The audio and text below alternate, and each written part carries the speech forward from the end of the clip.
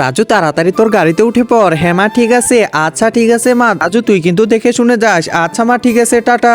চল ছোটু, তোকে এখন আমি ঘুমায় রাখি। এই তো আমি চলে আসলাম। রিমি যে কি করতেছে, এই তো ছোটু ঘুমাইলো। আরে কি ব্যাপার, কে ডাকাতেছে? আরে আসতেছে না কেন? একটু হরেন বাজায়। আরে হরেন বাজাচ্ছে কেন?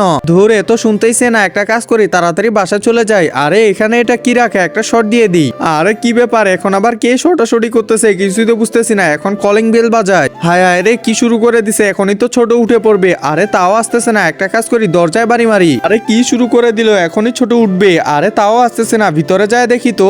আরে এখানে তো কেউই নাই। কে কোথায় গেছে? এখানে এটা কি? এটা তো দেখি খেলনা। একজন মা কতটা আপন হয়ে থাকে, যার মানেই তাকে জিজ্ঞাসা করে দেখো। তো দেখা যাক বন্ধুরা, এই মায়ের জন্য কে ভিডিওটিতে লাইক এন্ড সাবস্ক্রাইব করে।